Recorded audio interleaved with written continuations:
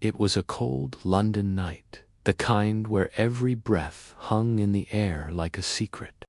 But in the alley behind Fleet Street, something strange happened. A man exhaled once, and his breath never came back. No scream, no struggle, only a wisp of smoke that curled upward and vanished into nothing. When the police arrived, the body was gone, but the smoke still lingered, faint and deliberate, as though it waited to be noticed. That's when Sherlock Holmes stepped in, calm, sharp, and certain that the answer wasn't in what was seen, but in what disappeared. Because sometimes the truth doesn't leave a trace. It fades with the air itself. Before we begin, tell me, where are you watching from? Drop your city in the comments below. And if mysteries like this pull you in, don't forget to like this video and subscribe, because every week we uncover another shadow from the streets of Baker Street. Now, pick up your cup of tea, take a slow breath, and follow me through the fog.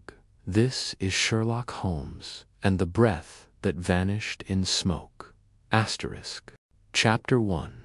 The Page with Invisible Ink. It was one of those rare mornings when Baker Street was half submerged in the golden hush of autumn fog. The fire crackled low in our hearth, and Holmes sat in his armchair like a statue cast from smoke and thought, his fingers steepled under his chin, eyes lost in some intricate maze of abstraction. I had just returned from my morning walk in Regent's Park, invigorated by the cool breeze, when the doorbell rang with an urgency that bespoke more than polite inquiry. Mrs. Hudson, ever the dutiful sentry, ushered in a man whose appearance jarred instantly with the domestic calm of our rooms. He was elderly, with hair like white corn silk brushed to precision, but his face was drained of color and marked with the lines of profound agitation. His clothes, though costly, were disheveled, his cravat askew, a glove missing from one hand. In his other, he clutched a leather-bound folio so tightly that his knuckles were bloodless. "You must be Mr. Sherlock Holmes," he began, his voice trembling with suppressed dread. "My name is Percival Brackenstall. I come from the Ministry of Antiquities." "Pray be seated, Mr. Brackenstall," said Holmes, without rising, his voice calm and cold, like the edge of a scalpel. "And tell me what piece of the past has slipped its bonds this morning." The man sat heavily, and I saw now that his breathing was labored, as though even speech demanded toll upon his nerves. "I do not come for myself," he said. "I come on behalf of the Crown, or rather, on behalf of something the Crown has just lost." That was enough to bring Holmes out of his languor. His body straightened, not with surprise, but with the quiet readiness of a coiled spring. "Lost," he repeated, turning his full attention now to the man. "Do go on." "It is a document," Brackenstall said, his voice lowering as though the fog might be listening. "An original page, just one purportedly from the Rosetta manuscript." "You speak of the Rosetta Stone," I interjected. "No," Brackenstall said quickly. "The Rosetta manuscript.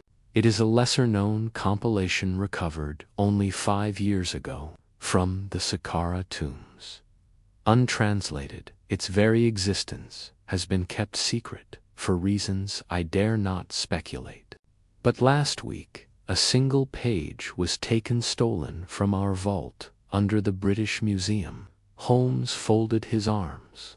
"Surely, a theft from a locked vault narrows the field of suspects considerably." Brackenstall nodded slowly. "It would, except the page has ... reappeared.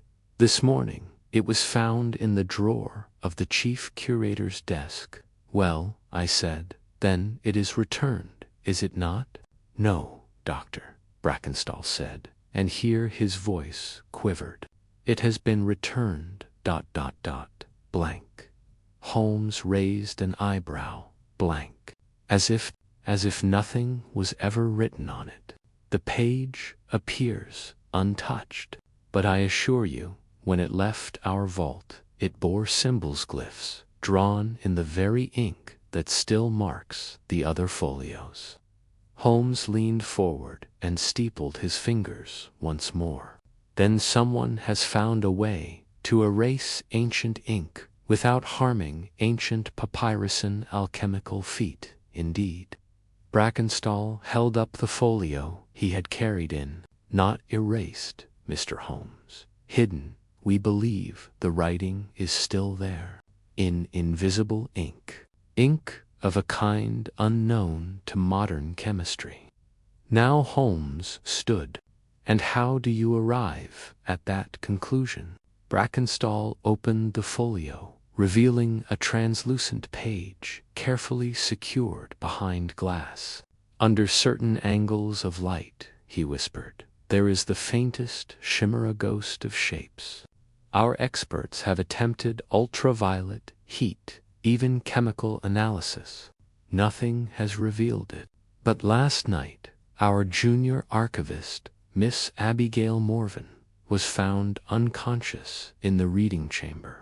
And on her person, we found this. He produced a folded slip of paper and handed it to Holmes, who examined it with great interest. It was a note scrawled in a hurried, jagged hand. They are watching the page. It must not be read. If I vanish, look beneath the cipher. Holmes said nothing, but I could sense the surge of tension in him, as though a bell had been struck within his mind. And Miss Morvan? I asked. She remains unconscious. The doctor believes it was some form of induced sleep or shock. There is no sign of injury. Nothing was taken from her, save ... Save, Holmes prompted. Save a letter she had received from a Professor Felix Moorcroft, formerly of Bailey, a man who disappeared 3 years ago during an expedition to the Libyan desert. Miss Morvan had only just received the letter by post, days ago. The envelope was found beside her, slit open and empty. Holmes turned to the window and stared into the thickening fog. A page that can't be read, he murmured. A woman struck down without a mark. A vanished academic writing from beyond his presumed grave. And a warning about an invisible cipher. ... Curious. He turned sharply. Watson, prepare your bag. We are going to the British Museum. But what do you suspect? I asked. Holmes smiled faintly. I suspect that someone is trying to bury a secret, not with silence, but with invisibility. And if we are to exhume it, we must begin where the ink first vanished. Brackenstall exhaled with a wheeze of gratitude. Mr. Holmes, if there is any man who can see what others cannot, then let us prove it, Holmes said, reaching for his cloak. For I believe this invisible page may hold a message someone would kill to protect him. Someone else has already tried. With that, we stepped into the swirling mist of Baker Street. The fog wrapping round us like the mystery itself, opaque, chilling, and filled with the weight of secrets yet to surface. Chapter 2. A whisper from the vault. The hansom cab cut a slow path through the morning haze, its wheels ticking like a clock wound too tightly. I sat opposite Holmes, who had sunk into a contemplative silence. His gray eyes locked not on the world passing beyond the fogged window pane, but somewhere far deeper inside, the coils of the puzzle now unfurling. Holmes, I ventured, you do not believe this is simply a case of academic theft? He glanced up, the faintest smile brushing his lips. If it were merely theft, Watson, the page would not have returned, nor would a scholar lie insensate beside a cryptic note. Do you think the note is genuine? This message about being watched, look beneath the cipher. I think, Holmes said softly, that it was never intended to reach us, and that Miss Morven's discovery, whatever it was, did not go unnoticed. The cab jerked to a halt outside the British Museum, the great colonnade looming like a watchful jury behind its iron gates. Brackenstall had gone ahead to clear our entrance, and we were quickly met by a tall, stern figure in a tightly buttoned black coat, a man with the stiff bearing of military discipline and the eyes of someone who had not slept properly in days. This is Director Elbridge Rawdon, Brackenstall introduced. He oversees the secured collections. Holmes extended a gloved hand. Mr. Rawdon, I hope we are not intruding on your peace. There is precious little peace left, Rawdon muttered. Come, I'll show you the vault. We followed him through a side entrance guarded by 2 uniformed officers, down a narrow corridor lined with locked steel cabinets. Each step echoed in the hush, as though the walls themselves were holding their breath. Here, Rawdon said at last, halting before a polished metal door with a complex locking mechanism. He slid a key into the plate and twisted it twice, then placed his hand on a panel of frosted glass. With a soft, mechanical sigh, the door released. The vault was far smaller than I expected, more a chamber than a room. Inside, shelves cradled ancient tomes and sealed scrolls, each meticulously catalogued and stored. But at the center, under a bell jar of glass, lay the page. Holmes approached it with reverence, but not hesitation. He studied the parchment through the glass, then looked up toward the overhead lanterns. You've tested light refraction, he asked. Every spectrum we dared, Rawdon replied. Nothing rendered the glyphs visible. Holmes tapped the side of the glass gently, then turned his attention to the mounting. This case, he said, was it opened before the page vanished? It was locked, Rawdon confirmed.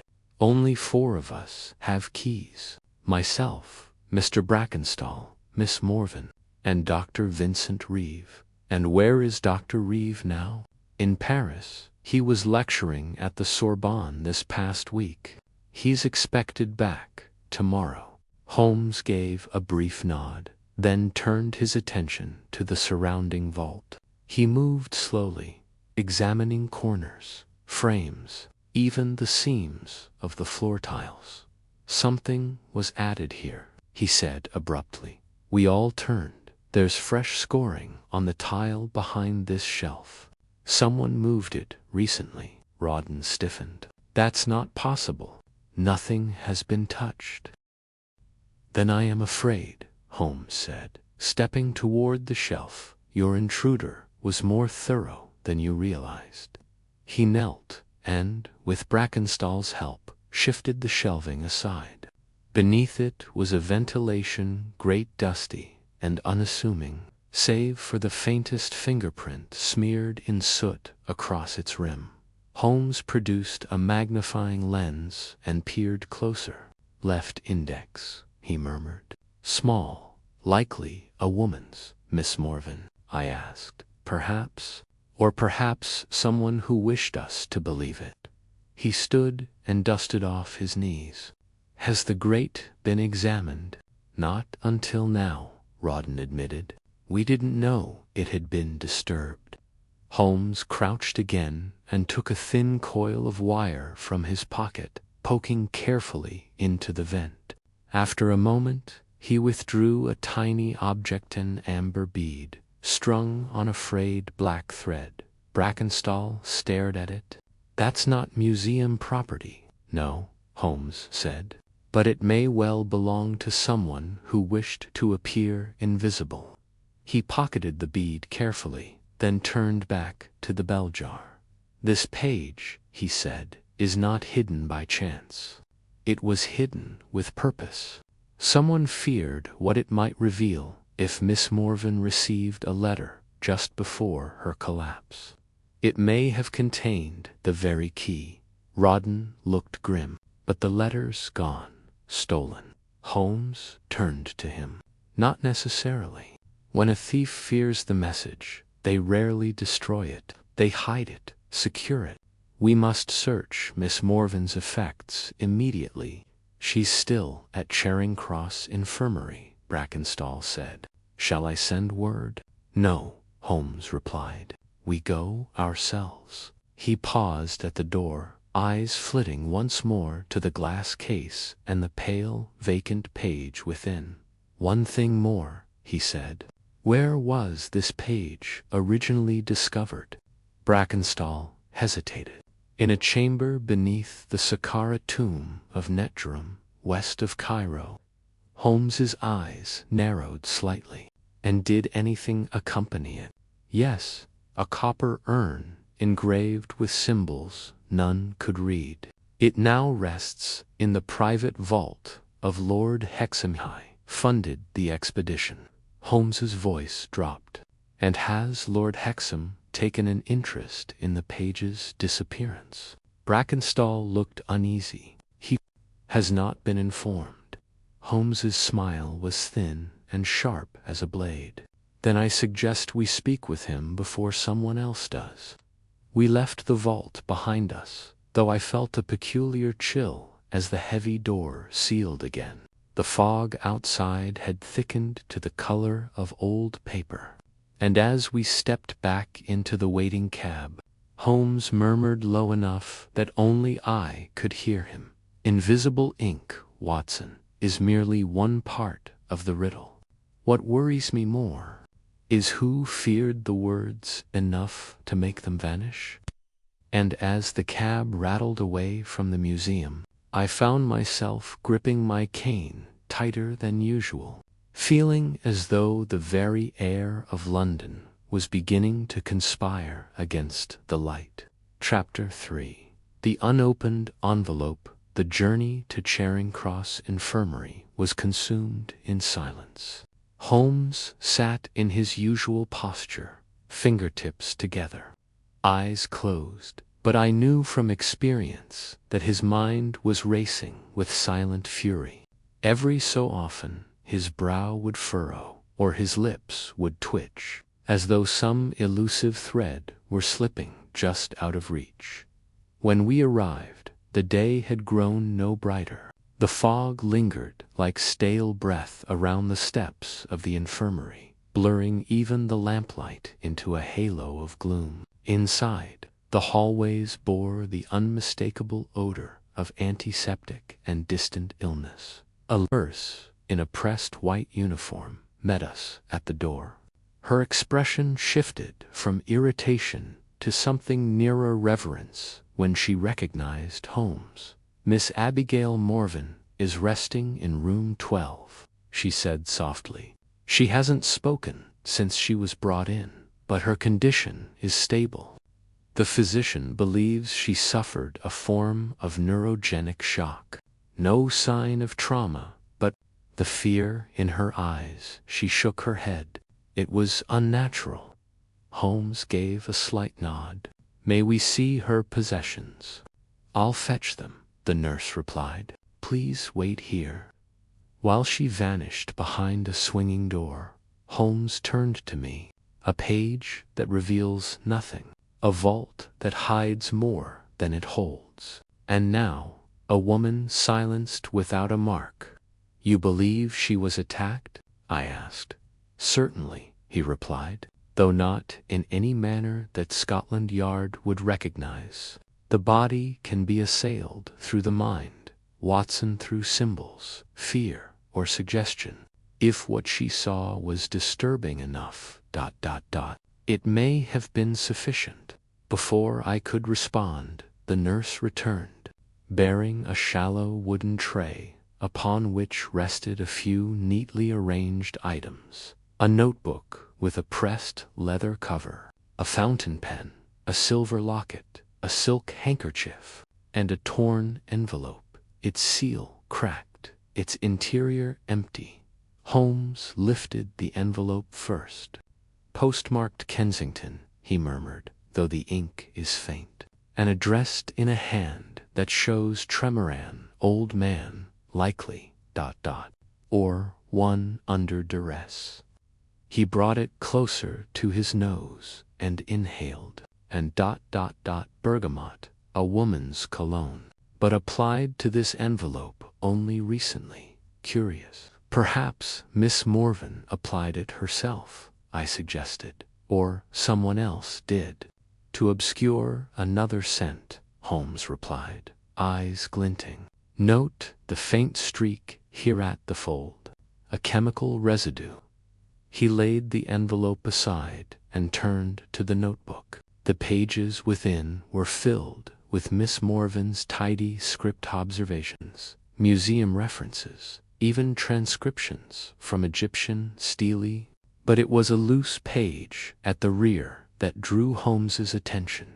He held it up to the light. "Written in haste. The ink is darker. Here, Professor Moorcroft's letter arrived today. Impossible, he was presumed dead. He writes of a cipher concealed within the Saqqara page. Says only one trained in the Netrum dialect could perceive it. Warns that others know.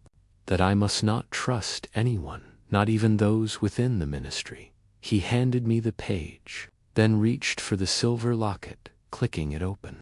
Inside was a faded photograph of a younger Mandarkide, bespectacled and distinctly intense. "Professor Moorcroft," Holmes murmured. She kept his likeness close. More than just academic admiration, I would wager. But how could he write her if he's presumed dead?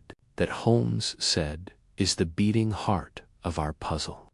He returned the locket gently to the tray. "This cipher, it exists, must rely on more than hidden ink. A dialect nearly forgotten, known only to a handful of scholars. ... It suggests a layered encryption, not just textual, but cultural. Symbols embedded within symbols." The nurse reappeared. "You may see her now, but only for a few minutes." We followed her into a quiet room where Miss Morven lay beneath a blanket, her face pale against the linen. Her eyes were closed, and her hands lay unmoving on her stomach, fingers interlocked. A faint tremor passed through them as we entered. Holmes approached with uncharacteristic gentleness, pulling a chair close to the bed. He did not speak. At first merely observed her breathing, her posture, the minute contractions of her brow. Then, very softly, he said, "Miss Morven, you found something. Something hidden, not just from the world, but from time itself. It frightened you. But you must understand, we are here to see it safely uncovered." There was no movement. Her eyelids fluttered, but did not open. Holmes leaned closer. "I have the envelope. I have your notebook. I need only one word, anything, to know how to proceed. Do you hear me?" A moment passed. Then her lips parted. The faintest whisper emerged, a breath, scarcely formed. Double quotes, "copper, ... urn, ... Holmes's gaze sharpened. "The urn from Netram's tomb." Her hand twitched, then fell still again. A nurse stepped forward, but Holmes held up a hand. "She will sleep," he said. "But the URN, yes, that is our next key." We departed quietly, leaving the nurse to tend her. Outside, the fog had not lifted, but now seemed to crawl closer, as if the city itself were conspiring in the concealment of ancient truths. Back in the cab, Holmes removed the amber bead from his pocket once more. Turning it in the dim light, "Copper urn," he repeated. Lord Hexam's private vault. The bead, the page, the missing letter, they all spiral around it. Do you suspect Lord Hexam? I asked. I suspect, Holmes said, that he knows far more than he has disclosed, and that our next conversation with him may prove either revelatory or fatal. He tapped his cane twice against the floor, a rhythm of growing urgency. To Kensington, Watson. The hour is latent. The urn waits. Chapter 4. Lord Hexam's Valta. Cab rattled through the cobbled avenues of Kensington as the fog thickened into something more substantial, less like mist and more like memory made manifest. It hung over the gas lamps and bowed the iron railings with an almost malevolent weight. Holmes sat opposite me, motionless but alert, his gaze trained beyond the pane of misted glass, as though divining secrets in the shapes that ghosted past. You've met Hexam before? I asked. Once, Holmes replied, at a dinner at the Royal Geographic Society. A man with no taste for idle company, though his appetite for ancient obscurities is boundless. He funds excavations not for discovery, but for control. Some men collect butterflies. He collects forgotten truths. And you believe he's hiding something? I believe, said Holmes, that the urn Miss Morven referenced, the one recovered from Netgerham's tomb, holds more than mineral remnants, possibly more than even Hexam understands. We turned onto a quiet street lined with high walls and shuttered windows. The driver stopped before an iron gate where two marble lions stood watch on granite plinths. Holmes stepped down without waiting for me, striding to the bell cord with the confidence of a man certain he would be let in. Even if the door had to be broken first, a liveried butler answered, tall and rigid, with an expression like carved stone. Lord Hexam is not receiving visitors. Holmes offered a card. He will see Mr. Sherlock Holmes. A pause. Then the butler's eyelid twitched. This way, sir. We were led through a grand vestibule hung with tapestries and flanked by brass-armored knights.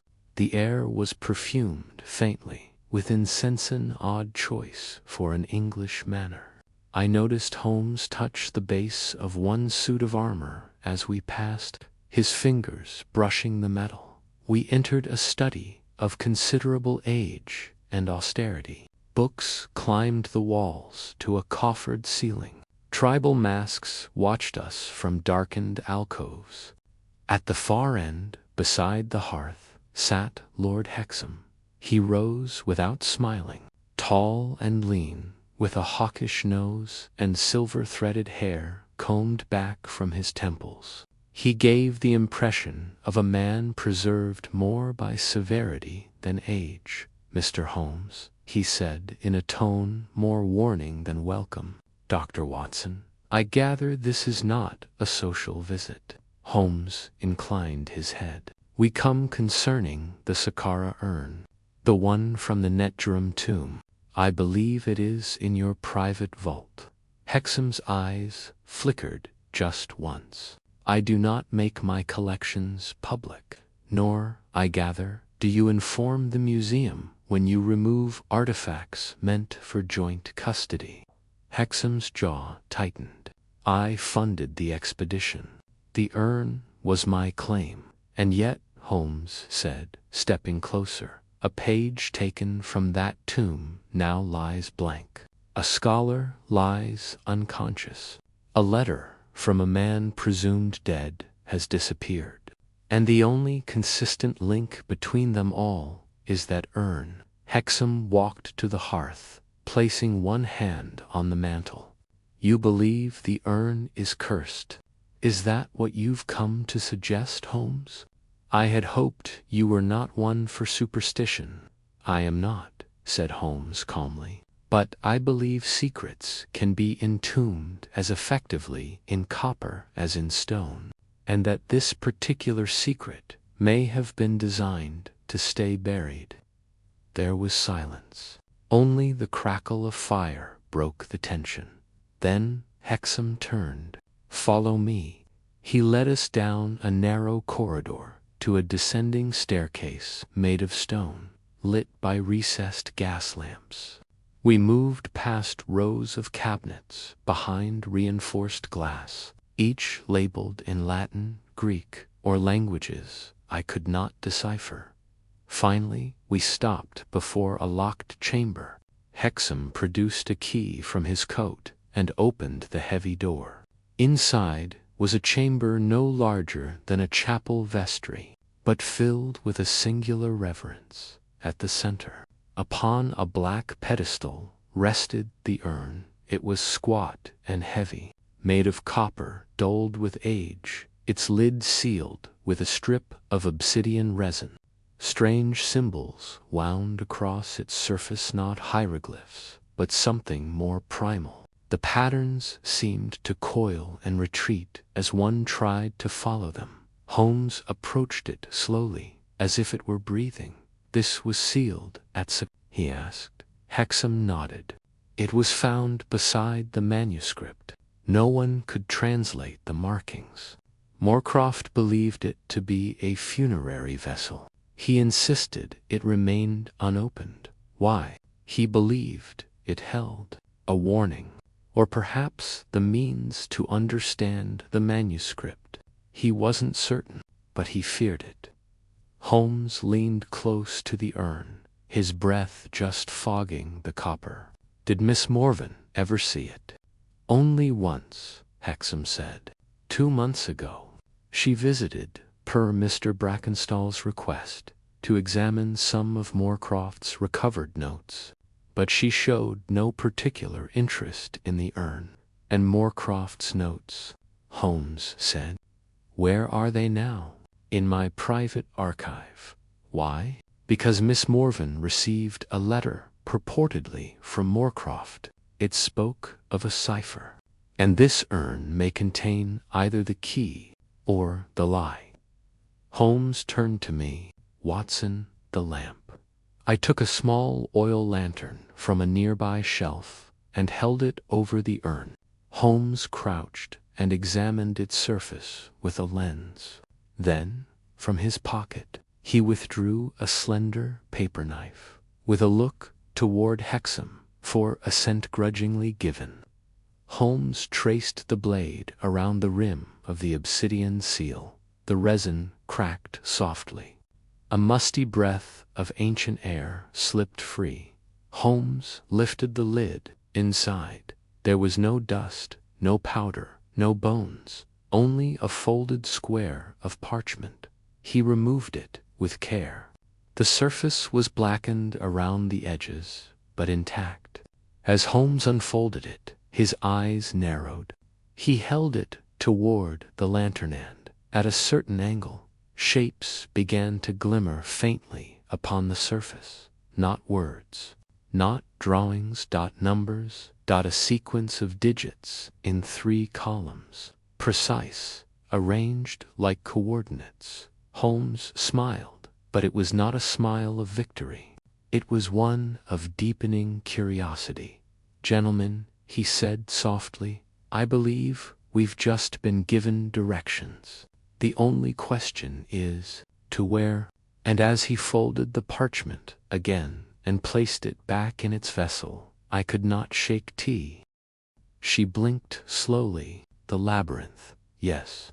She struggled to sit straighter. "It's not a place." "Not entirely." Holmes leaned in. "Then what is it?" "It's a warning," she whispered. "Moorcroft told me in his last letter. The labyrinth represents a method of concealment used in Netjerum's Time cryptographic burial.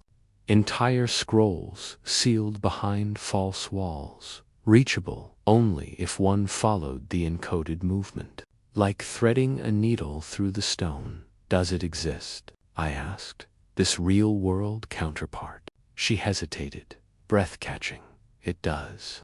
Moorcroft believed it lay beneath the western trench at Saqqara Chamber, sealed by a mechanism he described in fragments. But the ministry dismissed it. They sealed the dig when he vanished. No one wanted to ask why. Holmes tapped his fingers together. Then Reeve may be seeking to uncover what Moorcroft only hinted at. Morven nodded. But it's more than archaeology. Moorcroft believed the tomb was never meant to be discovered, that its very design was to punish those who tried. A silence hung over us. Then she whispered, "The glyphs, the ones I saw on the vanished page, they shimmered under angled light, faint but present. They weren't instructions. They were names, repetitions, the same 4 names, over and over." Holmes blinked. 4, she nodded. Moorcroft, Hexam, Reeve, and a 4th I didn't recognize. A Shemra. I exchanged a glance with Holmes. "That isn't Egyptian," I said. "No," Holmes murmured. "It sounds ... Babylonian, or fabricated." "It's older," Morven said. "That's what Moorcroft feared. That Netjerum's tomb was constructed not to house something sacred, something ancient even by Egyptian standards." Holmes turned suddenly, his whole frame alert. "Miss Morven, was there any mention of the number 119 in your readings?" Her brow furrowed. "Only once. It was the code Moorcroft used for a missing papyrus, the one believed destroyed in the sand. Collapse of 91. Holmes's lips tightened. "And yet we found it yesterday. Buried in Reeve's stolen trunk." He turned to me. "Watson, we are being fed a tale where the facts contradict the storyteller. This papyrus was never lost. It was concealed, just like the page, just like Reeve's absence. And someone is staging the illusion of loss to hide a very calculated pattern of preservation." He stood. "Miss Morven, rest now. You've done all you can, but we may yet need your knowledge." She nodded faintly. "Find Moorcroft's last mark. That's where the key begins." Back on Baker Street, Holmes moved with sharpened precision. He unrolled the map of the labyrinth again, this time placing it beneath a pane of glass. Then he held it over a small oil lamp and applied the heat evenly. After several minutes, faint symbols began to emerge between the numbered chambers glyphs. Yes, but some clearly transliteration. One word repeated at 3 points. "A Shamra," Holmes muttered. "Placed as guard posts, thresholds, perhaps even locks." Then he reached for the envelope from Miss Morven's belongings, the one Reeve had likely touched from within the seal. He scraped a fragment of wax and applied it to a treated cloth, soaked in a reagent. The wax turned black. "Iron gall and rosemary," Holmes said, "common in ancient inks. But when mixed with cedar resinase, this wax appears to be they become photoreactive. The same kind of ink used on the invisible page." Then Reeve had the means to hide the writing. "Or to read it," Holmes said. He stepped back, his voice low. "Watson, we've stumbled into a conspiracy crafted not just to protect a secret, but to preserve its shape across generations. Whoever wrote those names into the page intended that only a few should find them, and one of those names was written with fear." I swallowed. "Then what's our next step?" Holmes turned to the hearth, staring into the flame. "We must go where the trail bends, Watson. We must follow Revenant to Perisput, to the last place Moorcroft marked before he vanished." He turned slowly, eyes burning bright, to Saqqara. Chapter 7. Shadows in the Sand.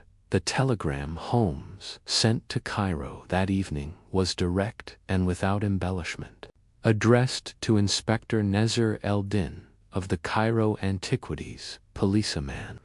Holmes had once aided during a theft from the Alexandria archives. By morning, a brief but emphatic reply arrived. Expedition approved. Western Trench access granted. Caution advised. Something has changed. We departed from Charing Cross under a shrouded dawn, the fog now tinged with sea salt, as we made our way to Tilbury and then across the Channel. From there, the journey became a blur of carriage, rail, and finally, a swaying, sun-baked voyage down the Nile until, at last, the golden sprawl of Memphis appeared on the horizon, flanked by the vast ochre shoulders of the Saqqara Plateau. I had visited Egypt once before during my military service, but now the landscape seemed transformed. Time hung in the air here, not in stillness, but in waiting, as if the sand itself remembered too much. We arrived at the dig site by camel, under the guidance of a local foreman who had worked under Moorcroft before his disappearance. The excavation camp was half abandoned, canvas flaps fluttering like tattered sails. Only a small team remained caretakers, preserving what the ministry had sealed off years ago. Inspector Nezer greeted us near the boundary stakes, his sharp uniform dulled with dust, but his bearing unmistakably alert. "Mr. Holmes," he said in perfect English, "you always arrive where you are least expected and most needed." Holmes offered a rare smile, a talent I've cultivated. "I understand you've granted us access to Trench West." Nezer nodded gravely. "It was sealed after Moorcroft's final descent. No one has entered since."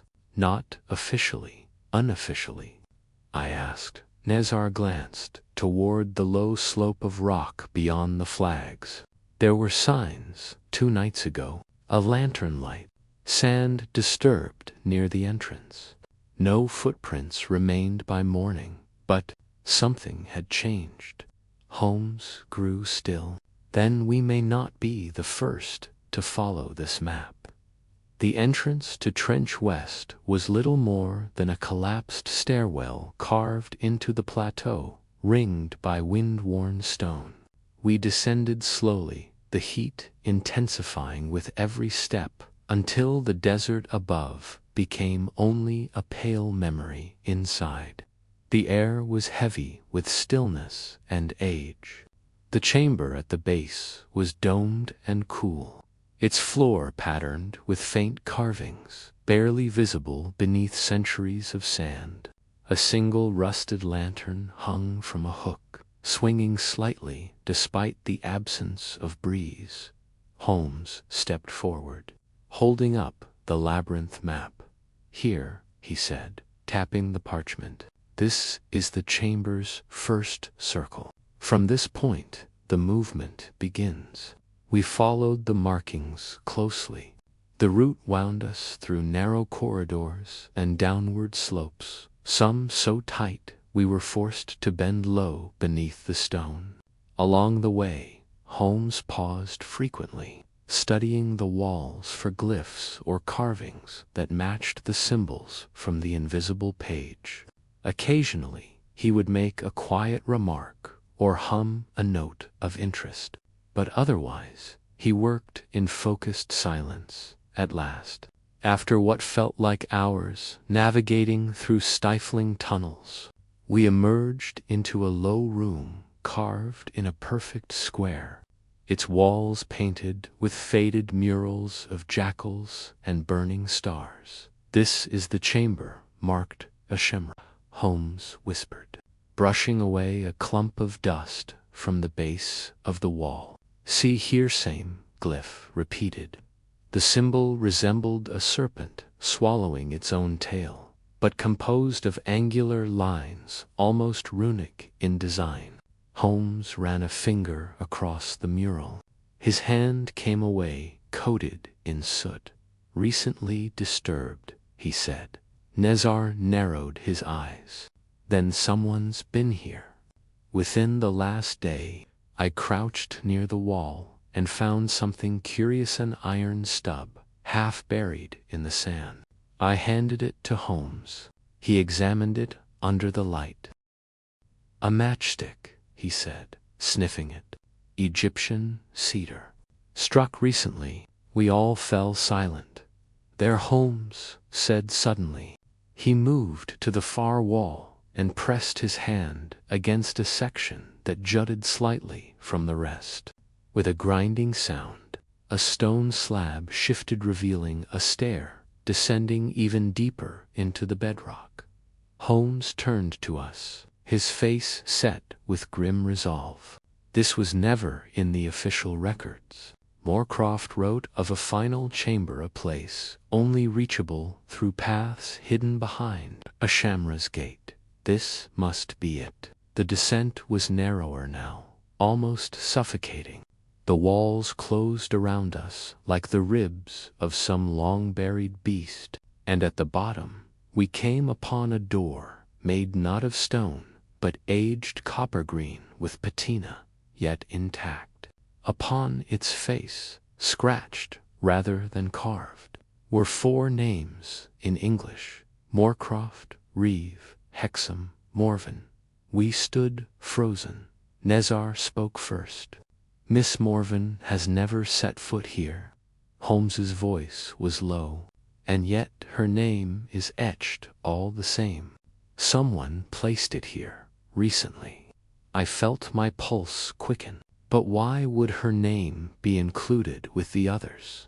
Unless she was marked, Holmes finished, for discovering too much. He examined the door. There was no visible lock, only a panel, inset at shoulder height, carved with a familiar sequence of 3 numbers. "1 for 3 to 5, Thirst Path," Holmes murmured. "To open the rest, one must know the sequence."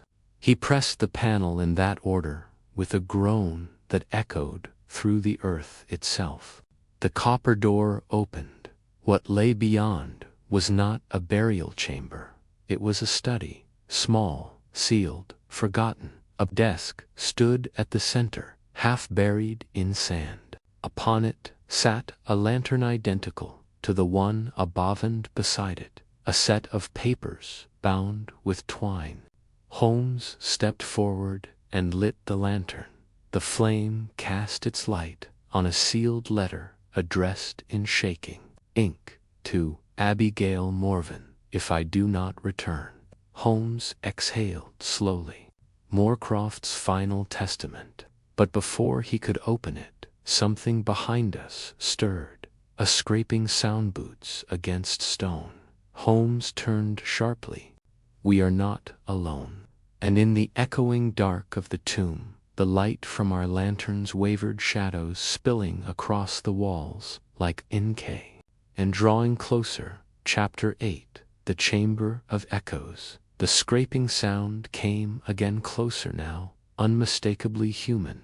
Not the whisper of stone settling, nor the rustle of shifting sand. This was the deliberate tread of boots, cautious but unhurried, echoing through the winding corridors. Above, like a pulse through a bone pipe, Holmes extinguished the lantern in a swift motion, plunging us into near total blackness. Only a narrow shaft of light, casting long, shivering shadows across the cramped tomb chamber. "No sudden movements," Holmes murmured. "Let's see who walks in shadow." I drew my revolver slowly, the cold metal an odd comfort. Nezar's hand dropped to the grip of his sidearm. His expression sharpened into one of professional readiness. Holmes, by contrast, remained utterly still, his eyes closed, listening. The footsteps halted just beyond the copper door, hovering like a breath not yet released. Then came the soft creak of leather. A hand pressed against the stone wall. The door had not fully resealed behind us. A shape loomed in the opening, tall, cloaked, the face obscured by a cloth wound tightly across the lower jaw. Holmes spoke first, voice low but unwavering. "You've come far to find what you buried." The figure stepped forward but said nothing. The lantern light caught the edge of a face dust-caked and weather-worn, but unmistakably familiar. The sharp brow, the angular jaw, the glint of spectacles now cracked at the edge. I gasped. "Reeve." The figure nodded once. "Dr. Vincent Reeve," he said hoarsely, as though unused to his own voice. Nazar drew his weapon. "You vanished weeks ago. Your name is being whispered in multiple tongues, none of them innocent." Reeve's eyes flicked to him, then back to Holmes. "I didn't vanish," he said. "I went where I had to, before it could be sealed for good." Holmes stepped toward him. "And what did you hope to find, Reeve? Moorcroft's treasure, or his grave?" Reeve's hand twitched, but he did not reach for a weapon. Moorcroft was never seeking gold. He believed the Saqqara site held a vault of knowledge, an archive buried before Egypt's dynasties rose. Not religious texts, not funerary rites. Something older, something coded, and you believed him. "I saw his translations," Reeve said tightly. "I watched glyphs shift under angled light. I read names that shouldn't exist in Egyptian canon names, like a shamra, etched beside warnings, not to awaken, but to remain unspoken. Moorcroft wanted the ministry to destroy the urn. They wouldn't, so he hid everything. Then why return?" Holmes asked. "Why sneak back into a sealed dig? Why carve Miss Morven's name beside your own?" Reeve's jaw clenched. "Because I wasn't the only one reading the glyphs." A silence fell. Holmes tilted his head. "Someone else?" Reeve nodded slowly. "Hexam." We exchanged glances. "He claimed to have no interest beyond collecting," I said. Reeve snorted. "He funded Moorcroft. But when the first pages were translated, he grew erratic, obsessive. He believed the labyrinth described in the scrolls was not a tomb, but a cipher, gate to knowledge, predating even Mesopotamia. He wanted it for himself. Claimed it was proof that language began with secrecy, not communication." Holmes folded his arms. "And did Moorcroft agree?" "No. He called it blasphemy. Said knowledge hidden without purpose becomes poison." That's when the first accident occurred.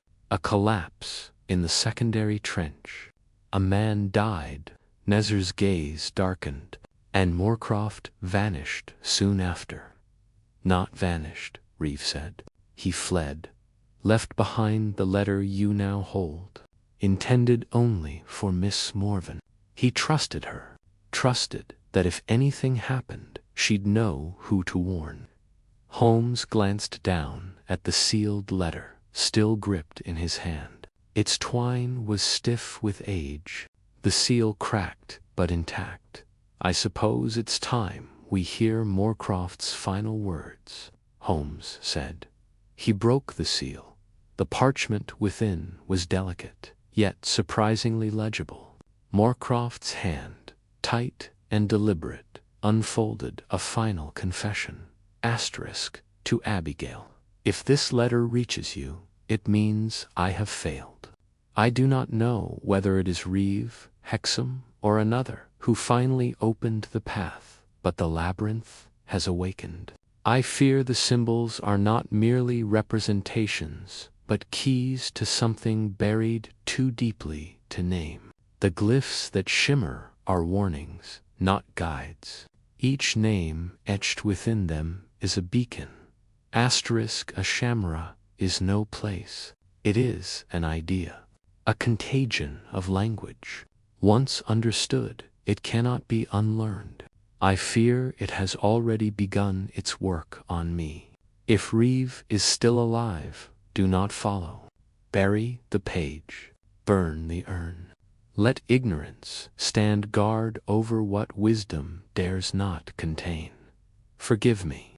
Felix Moorcroft's chamber fell silent, save for the echo of our own breaths. Holmes folded the letter again, his features unreadable. Then Moorcroft believed the knowledge he unearthed was dangerous? I asked. Reeve nodded. He spoke of a shamra as a kind of conceptual infection, that once you understood what it truly meant, your thoughts began to unravel into pattern and cipher. He claimed the labyrinth wasn't just architecture, it was psychological, a prison of symbols, which you still entered, Holmes said evenly. Reeve met his gaze. Because some prisons conceal more than they restrain.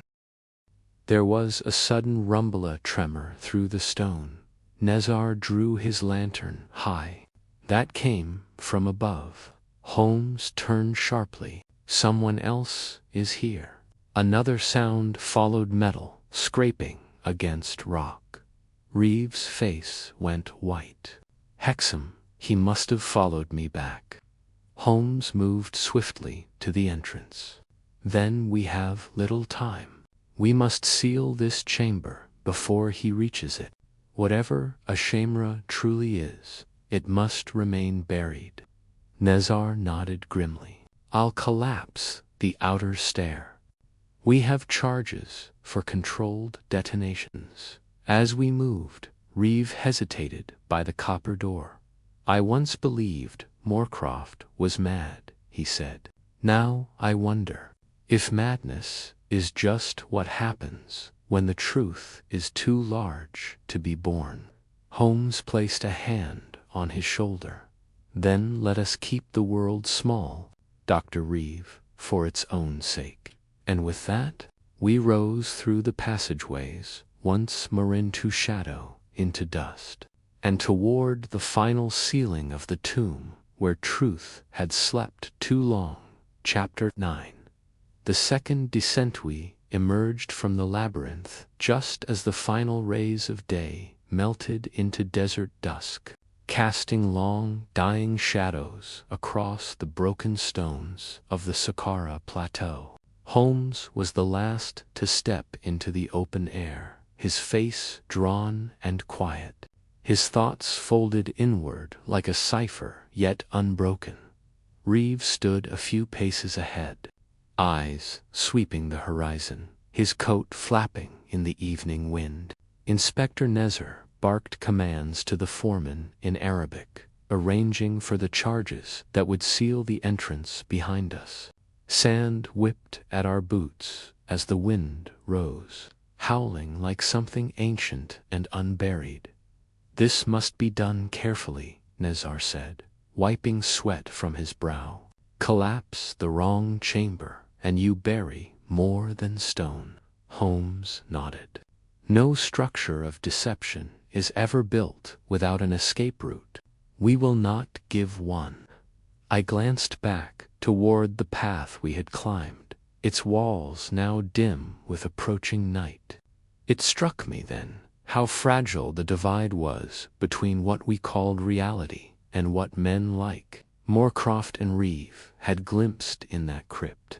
Knowledge too deep, names too old, and yet, despite the urgency of our escape, one detail refused to leave my mind. Holmes, I said, as we stepped away from the sealed entryway, something troubles me. He turned, eyebrows arched. Yes, Watson. The name etched on the copper door, Morven. You accepted that someone else had carved it to mark her as a target. But what if it wasn't that? He was silent for a beat. Then, go on. What if it was Moorcroft himself? What if he knew she would come? That she was essential, not merely as a recipient of warning, but as a participant. Holmes's expression shifted slightly, thoughts stirring beneath the stillness. It would explain his fixation with her understanding of the Netdrum dialect, I pressed, and his insistence that only she could carry on the work. What if her role was not incidental but chosen? Holmes looked away, toward the dunes. Then Moorcroft wasn't simply recording a truth, he was passing a burden. Before more could be said, Nezar returned. The charges are set. We detonate at your word. Holmes inhaled deeply, then gave a single nod. Do it. The blast came moments later, muffled but resolute. A bloom of dust rose into the air as the trench collapsed inward, swallowing the path behind us in a shudder of falling stone. We watched in silence as the earth reclaimed its secret. That night, Holmes requested a private room in the expedition tent. There, by lamplight, he unfurled the labyrinth map once more, now creased and fragile from our travels. I saw him trace the paths again and again, his fingers hovering above certain junctions, though deciphering not a route but a rhythm. What are you looking for? I finally asked. He did not look up. A contradiction in what? In the nature of the design. Moorcroft feared a shamra, yes, but he also followed it. He left behind notes, a cipher, even a chamber prepared for discovery. That is not the act of a man hoping to bury the past. It is the act of a man who wished to be understood. But he warned us, I insisted, warned us to destroy the urn, burn the page.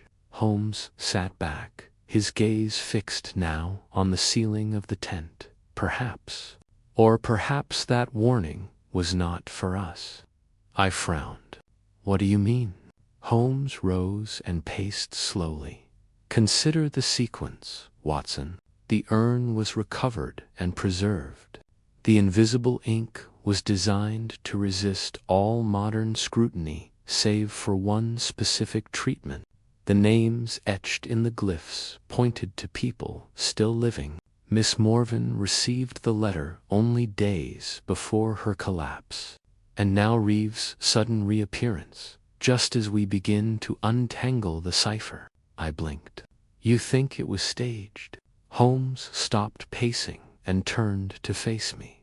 I think we have only glimpsed the outer layers of the labyrinth. There was a knock at the tent's entrance. Nezar stepped in, his features strained. A message arrived by Ryder, he said, from the telegraph office in Cairo. It bears Lord Hexam's seal. Holmes took the folded parchment and broke the wax. He read in silence, then handed it to me. It was brief and chilling. To whom it may concern, I no longer fear I understand it now. The cipher was never meant to be broken, only followed. As such, I depart for the second site Moorcroft mentioned. The place where all paths converge. You may seal, Saqqara, but you cannot close the mind. Second sight, I echoed. There was no mention of a second sight. Holmes's eyes darkened. There was. We missed it. He strode to the map and lifted it to the lamplight. In the far corner, faint even beneath the dust and creases, were coordinates too obscured to notice at first glance. Not in Egypt, but in Lebanon. The temple of Eshmon, Holmes murmured. Near Sidon, the final excavation Moorcroft attempted to fund before his death. The ministry denied him permission. But if Hexam believes it to be the convergence point, then he's gone to finish what Moorcroft began. Holmes turned to Nezar. Can you secure passage to Sidon by steamer? Discreetly, Nezar nodded. "I'll have you aboard by morning." Holmes rolled the labyrinth map and tucked it beneath his coat. "We closed one gate," he said, voice low. "But there is another, and Texam intends to open it." That night, sleep came only in fragments. I dreamt of copper doors and shifting corridors, of words that shimmered just beyond the reach of understanding. And through it all, I heard a name whispered in a voice not quite human, as HEMRA ... as HEMRA ... When dawn broke across the sands, Holmes and I stood once more at the river's edge. Behind us, Saqqara slept beneath its veil of dust and ruin. Ahead of us, across seas and memory, another labyrinth waited. We would not walk its halls as explorers. We would enter as prey. Chapter 10. The path to Sidon. The steamer Illyria cut through the waters of the eastern Mediterranean like a black-holed whisper, its engines murmuring just beneath the wind. Holmes and I stood at the stern rail as the Egyptian coast faded behind us, swallowed by sea, mist, and memory. He had spoken little since our departure from Cairo. His gaze fixed westward, not toward England, but toward something far more ancient and unknowable. Our course was set for the Lebanese port of Sidon, and beyond it, to the overgrown ruins of the Temple of Eshmon, nestled in the hills above the sea. Once a place of healing, the temple now lay half forgotten beneath vines and centuries of dust, its archives long scattered, its inner sanctum sealed since the age of emperors. Holmes turned from the rail and finally spoke. "Tell me, Watson, what do you know of the god Esh?" "Only that he was a Phoenician deity," I replied, "associated with healing and rebirth. The Greeks equated him with Asclepius, did they not?" "Indeed," Holmes murmured.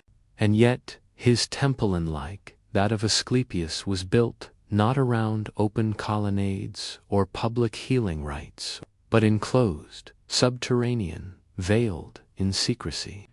I narrowed my eyes. "You believe there's a connection between Eshmon's cult and Ash?" Holmes glanced at the horizon. "I believe the convergence Moorcroft spoke of is not geographical. It is conceptual. The temple, the tomb, the urn, the page, they are not relics of different cultures, but chapters of a single manuscript written across millennia." I said nothing for a moment, then asked, "And Hexam?" Holmes's jaw tightened. "If he has truly gone ahead of us, then he believes that manuscript is nearly complete, and he intends to read it to the end, regardless of the cost." We arrived in Sidon under overcast skies, the harbor alive with cries of gulls and the tang of salt and smoke. The town, though ancient, hummed with modern life, fishermen hauling nets beside telegraph wires, donkey carts clattering over Roman stones. Inspector Nezar's arrangements had extended beyond Egypt. A carriage waited for us near the quay, its driver, a sharp-eyed man named Yusuf, who spoke little but listened closely. He drove us inland without delay, up winding roads that curled through olive groves and past shuttered monasteries, until at last the hills opened to reveal a plateau where cracked columns jutted from the earth, like buried fingers, the temple of Eshmon from a distance. It appeared as no more than a ruina tangle of stone and fig trees. But as we drew closer, its deliberate structure emerged, an ascending terrace of platforms, each more eroded than the last, culminating in a square apse framed by broken pylons. Holmes stepped out of the carriage first, scanning the terrain. He walked toward the largest remaining arch and crouched near its base. "Footprints," he said. "2 sets. One heavy, one lighter. Both recent. Hexam?" I asked. "The cipher," Holmes said. "Moorcroft was right. It's not just a pattern. It's a structure of thought.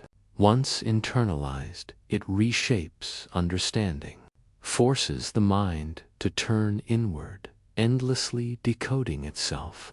A horror settled over me. "Like a contagion," Holmes nodded slowly. "Like a thought virus.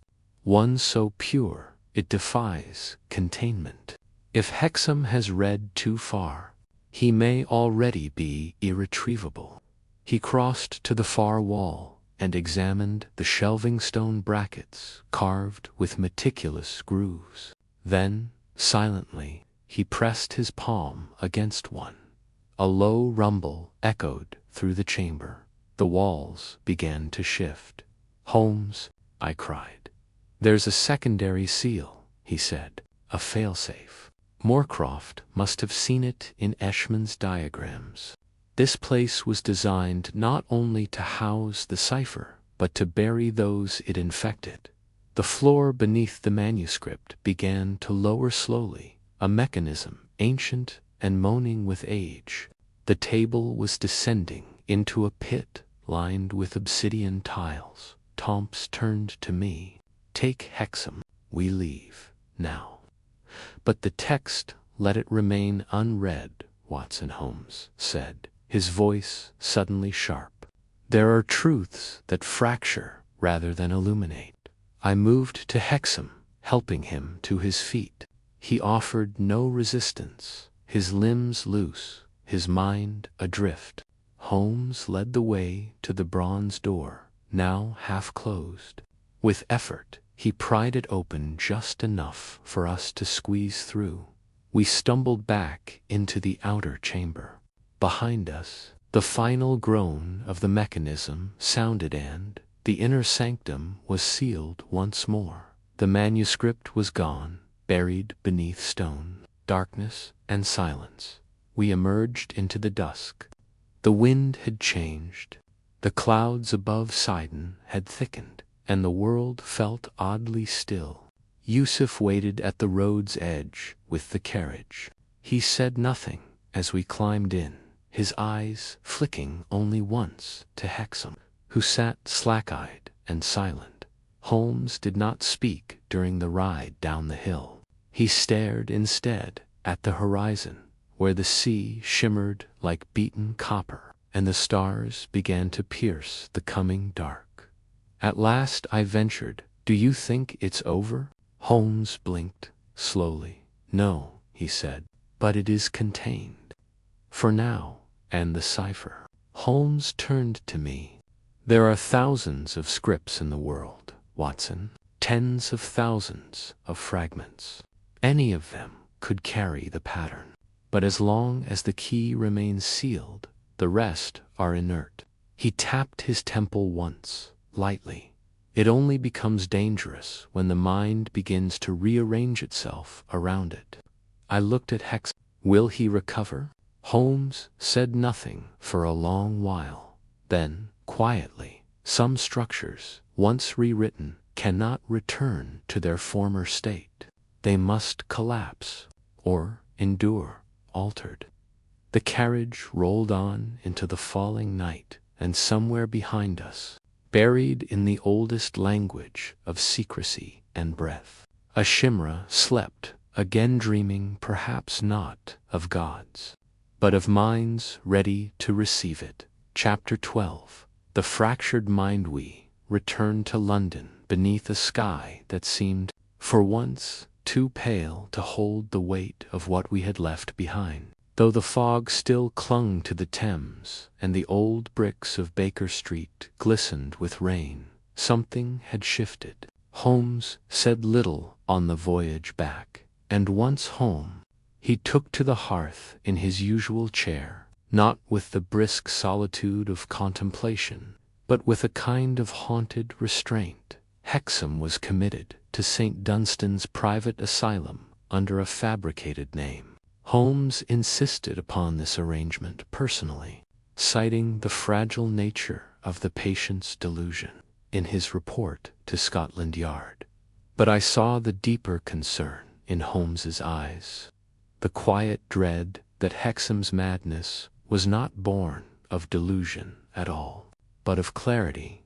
His condition had not improved. He muttered continuously in his sleep, a mix of half-languages and whispered numbers, his mind looping through the same recitations as though trying to decipher a thought too large for the human skull. The physicians had tried laudanum, bromide, even brief confinement.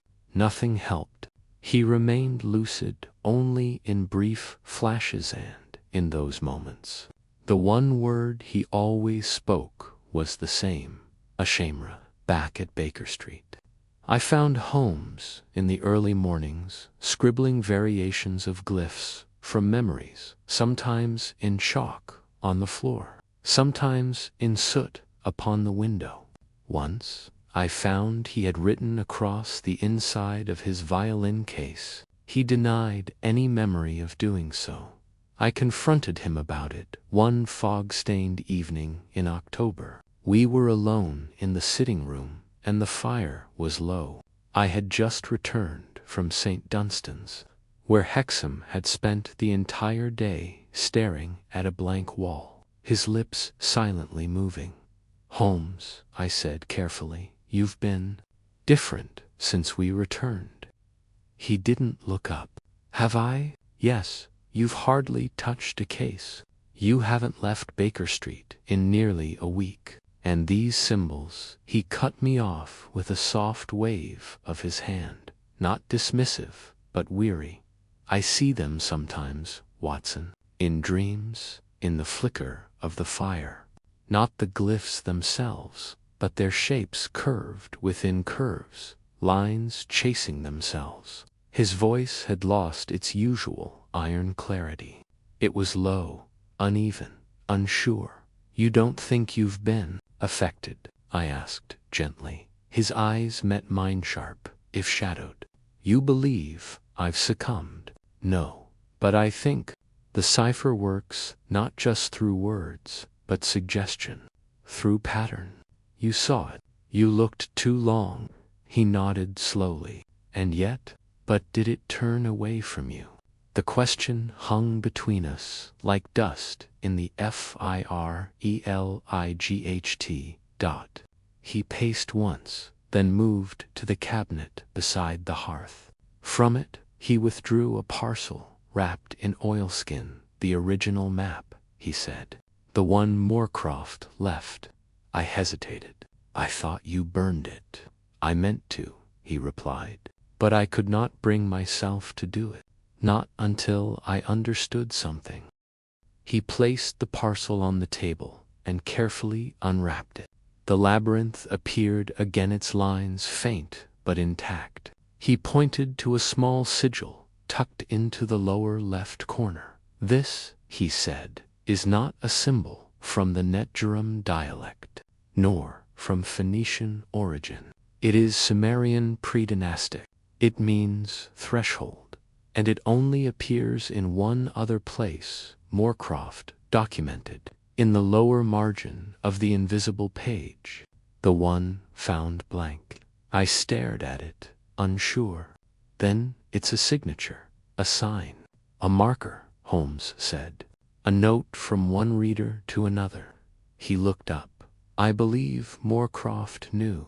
He understood that anyone who followed his path would carry its residue with them. He left this not as a warning, but as a reminder that once you pass through Ashamra once, you even think it too are already altered. The cipher is not solved. It is survived. I was silent a long while. Finally, I asked, "And have you survived it?" Holmes held my gaze. "I believe so. But I no longer trust my belief." I sat slowly beside him, and for a moment we said nothing. Then he sighed. "Watson, I fear I cannot touch another case, not now. Not until I know whether I remain whole. There are days when the deductions come as usual, but others, where I hear a rhythm in the footfalls outside, a logic in the cracks of the wall plaster, and I begin to see meaning where none should exist.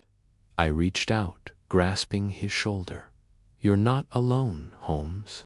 He smiled faintly. "No, and for that I am grateful." He carefully rewrapped the map and returned it to the cabinet. "I've made arrangements," he said.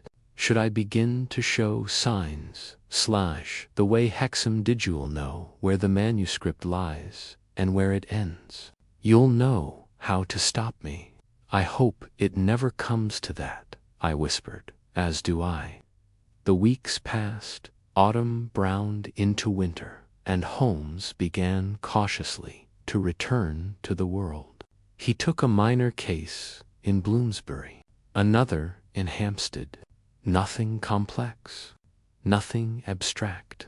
Each one resolved with quiet precision, but I watched him all the while, alert for signs, for slips, for murmured syllables that didn't belong to any language I knew.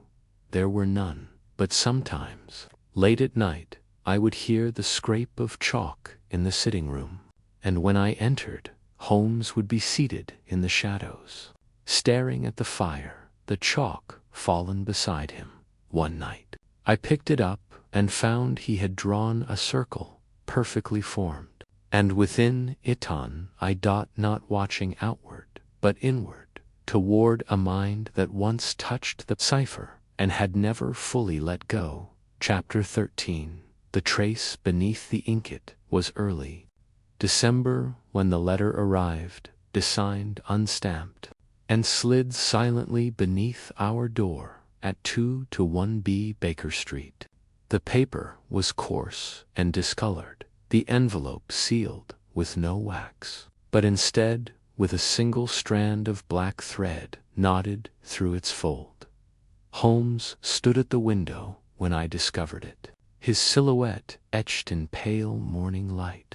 He had already risen before dawn, as he often did now, and had not spoken a word for over an hour. "Another invitation to madness?" I asked lightly, attempting levity. Holmes did not smile. "Thread," he said, not turning. "The same kind that once held the amber bead we found in the museum vent." I froze, fingers still on the envelope. "You think it's from Reeve?" "No," Holmes said. "Reeve would have sent ink. This is from someone still watching."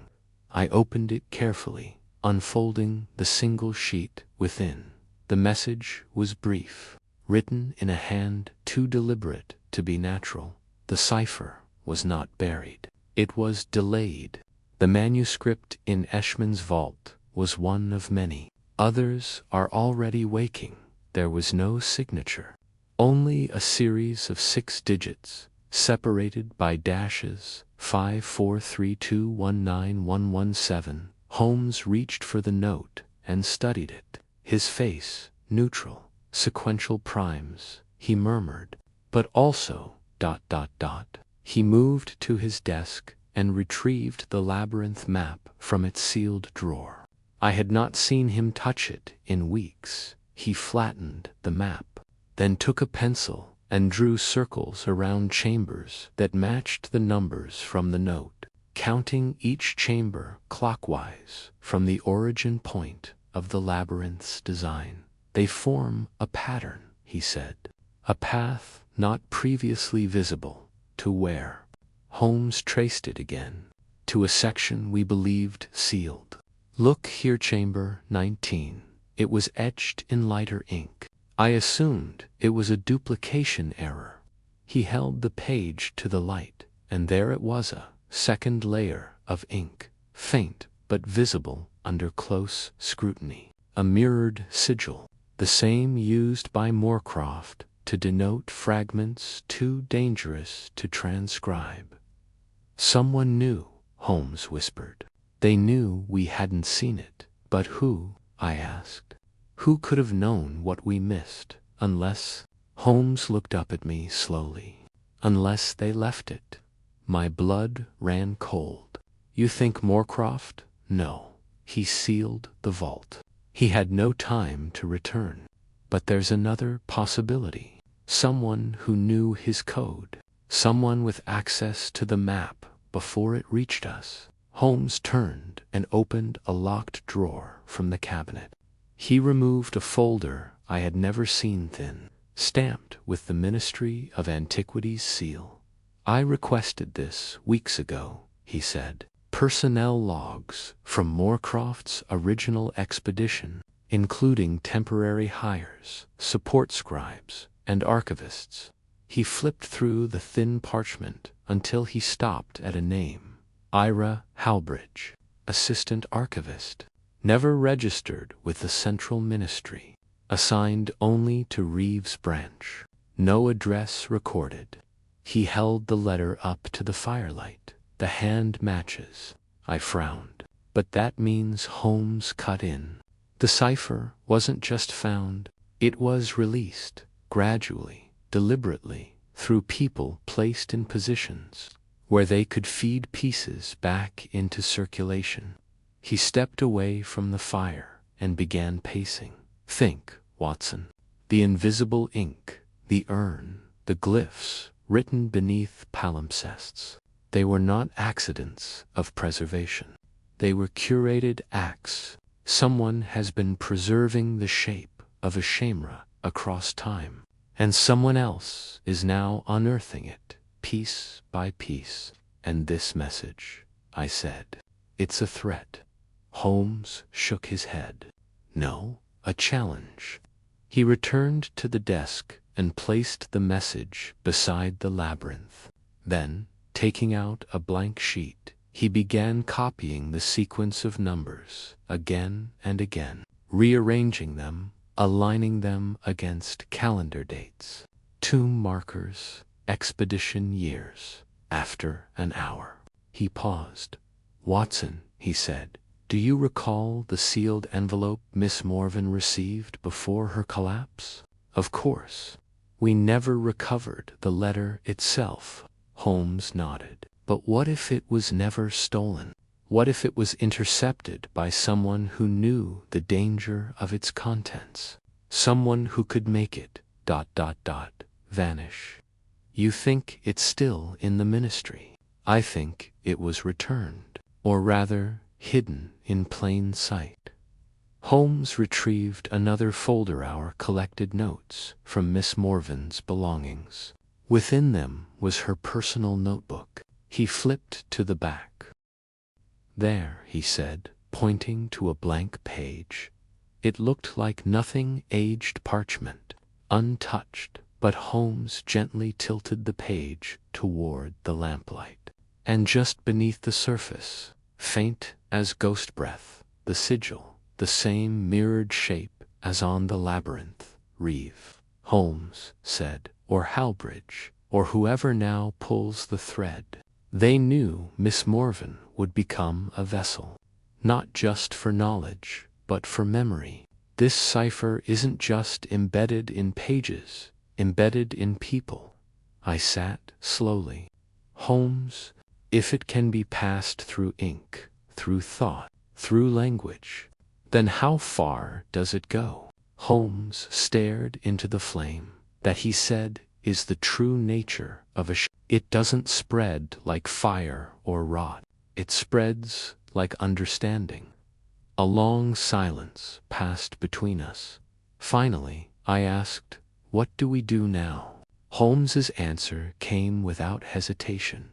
We follow the path to the next chamber, and after that, Holmes looked at me, not with certainty, but with something colder, a resignation, a resolve. We keep walking, Watson, he said, until we find the end of the labyrinth, or until the labyrinth finds the end of us. And as the firelight danced across the old parchment, I saw the path ahead, not as a line, but as a spiral, one drawing us closer, step by step. to a truth not meant to be solved, but survived. Chapter 14. A whisper from the glass the following morning brought a thin drizzle to Baker Street. Mist, clinging to the lampposts like cobwebs of vapor. The city had resumed its usual rhythm, carts rattling, children laughing on the steps of the grocers, and newspapers dampening beneath bootsteps. But within the walls of 2 to 1B, all felt still. Holmes stood by the window, unmoving.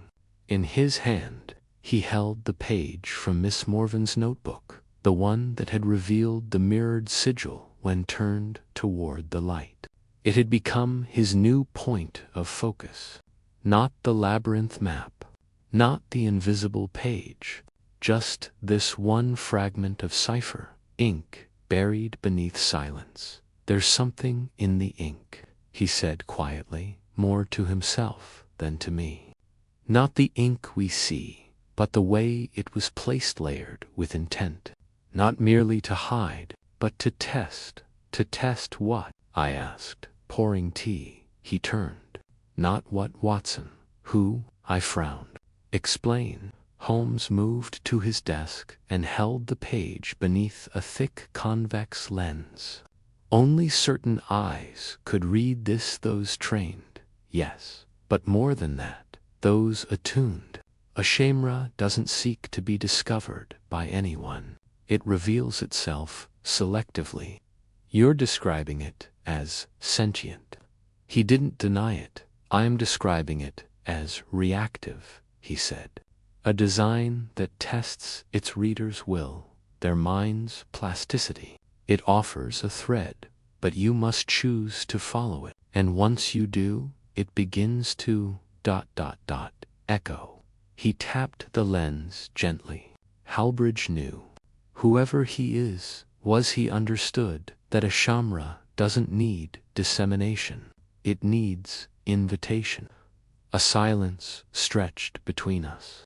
I could hear the click of a carriage wheel outside, the soft clink of china as Mrs. Hudson moved in the kitchen below. Then Holmes lifted the page toward the glass window, angling it slightly as the light shifted there. I stepped beside him. From a certain angle, the ink did shimmer, but not with words, with form.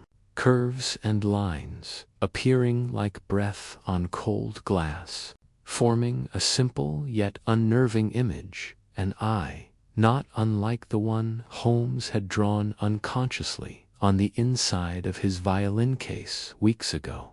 Beneath it, a sigil, 3 looping strokes, and then, faint, almost invisible, a sequence of characters arranged like musical notation. Holmes inhaled slowly. "This is not just language. This is a code embedded in form and rhythm, as if the glyphs were designed to bypass language altogether and speak to a deeper logic." I tried to steady myself. "What do we do with it?" Holmes's expression was unreadable. "We sound it. We acquired the necessary instrument by afternoon, a monochord, tuned precisely by Holmes's specifications, paired with a frequency chime tuned to mathematical intervals derived from the symbol's structure."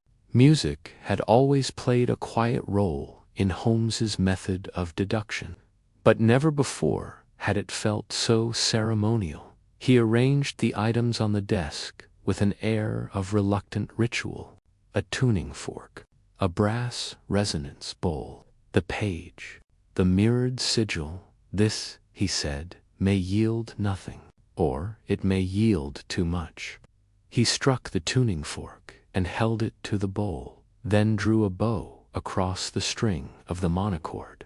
A low tone rang out, subtle at first, then growing in complexity as he adjusted its pitch to match the numerical rhythm beneath the sigil. And then the ink responded. Not physically, not visibly, but in me.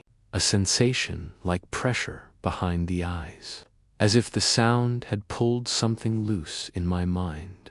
Holmes stopped abruptly. Watson," he said, breath sharp. "Describe what you felt." I swallowed hard. "Like a memory I never had, a shape forming behind my thoughts." He nodded once. "The cipher reacts to resonance." He stepped away from the desk and returned to the cabinet, pulling out the envelope left at our door 2 nights prior.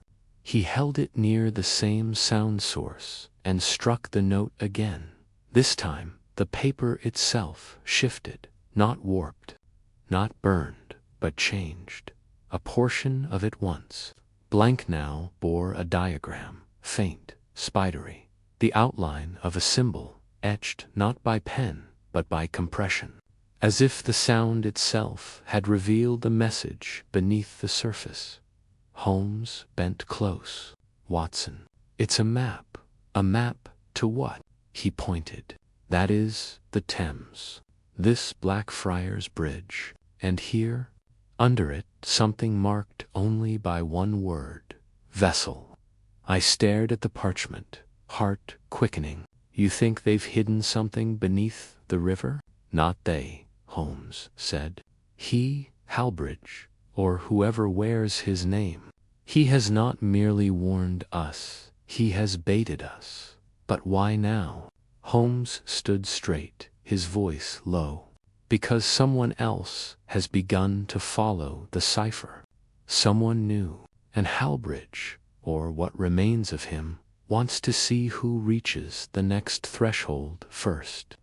I stared at the sigillet's loops, its watching eye. "And what happens when we reach it?" Holmes turned to me, and for the first time since dawn, I saw a flicker of something old return to his face. Not fear, not resignation, but focus. "Then we stop being observers of the cipher," he said, "and become part of its pattern." He gently placed the map inside his coat and reached for his gloves. "Come, Watson. We've lingered long enough. The river waits." And as we stepped out into the misted streets of London, the city seemed different, less like stone and soot, and more like a design, a script we had never quite learned to read, now slowly revealing itself, one line at a time. Chapter 15. The Final Threshold. The Thames whispered beneath Blackfriars Bridge as though it held its own secrets. It was near midnight when Holmes and I arrived, the fog curling like fingers between the piers. The moon cast only a sliver of light upon the water, enough to see but not to reassure. Holmes stood at the embankment's edge, hands folded behind his back, eyes scanning the river's surface. "This is where it ends," he said softly. "Or begins," I murmured. He nodded. "Precisely. The map Halbridge left us Sif, that was indeed his name, had pointed to this very place. Beneath the bridge's third westernmost support, the symbol marked their vessel could mean anything. But Holmes had a theory, as always, and the look in his eyes told me he meant to see it through, no matter what waited beneath. A boat emerged, a small one, unmarked. A single man at the rudder face, obscured by the collar of his coat. Holmes had sent word ahead using the cipher as bait, knowing it would draw out whoever had watched us from the start. And here he was. The boat moored silently against the stone steps. "Holmes," I said cautiously, "you're sure this is the way?" "As sure as I ever am when logic meets something older," he replied. "Come, Watson." We descended together. The man in the boat made no greeting. He gestured once downward, into the vessel's hollowed hold, and there, in the dim flicker of a lantern, we saw it, carved of dark, ancient wood, bound in copper bands, and etched with the same looping sigils we had seen before. Holmes stepped closer, crouching, his gloved hands examining the locks. No keyhole, no latch, only an indentation at the center, shaped like an eye. Symbolic, he muttered. The vessel is not sealed by force, but by recognition. He reached into his coat and withdrew. The final page of Miss Morven's notebook, one with the mirrored glyph. He held it to the indentation. Happened, but then he turned it. Mirrored again in the reflection of the lanterns. Flame. The box shuddered and opened inside. There was no treasure, no scrolls, no map. Only a single page. Old, but untouched by decay. Holmes stared at it. Of course. I leaned closer. What is it? A key, he said. Not physical, but mental. Whoever reads this carries the next fragment. The cipher continues through them. Suddenly, the man behind us spoke. You weren't meant to find it. Not yet. We turned. The boatman had lowered his hood. Ira Halbridge, older than the records had shown, gaunt, waxen, but unmistakably the same man who had vanished from Moorcroft's expedition roster 30 years earlier. You've aged, Holmes said coolly. I've endured, Halbridge replied. More than you know. Why lead us here, then? Halbridge's smile was faint. Because I needed to know. Whether you could see the cipher and not be consumed. Whether you could follow it without becoming its next vessel. Holmes said nothing. Halbridge stepped closer, placing a hand upon the edge of the open box. I carried the last page for years. It taught me things no man should know, but I lacked the will to destroy it. I wanted to pass it on, not to the unworthy, not to the greedy, to someone who understood its weight. Holmes's eyes narrowed. You played us. I tested you, Halbridge corrected, and you passed. He gestured at the page. Now it's yours. But understand, every step forward reveals not answers, but further depths. You can close the book here, or open it and keep walking. Holmes gazed at the page.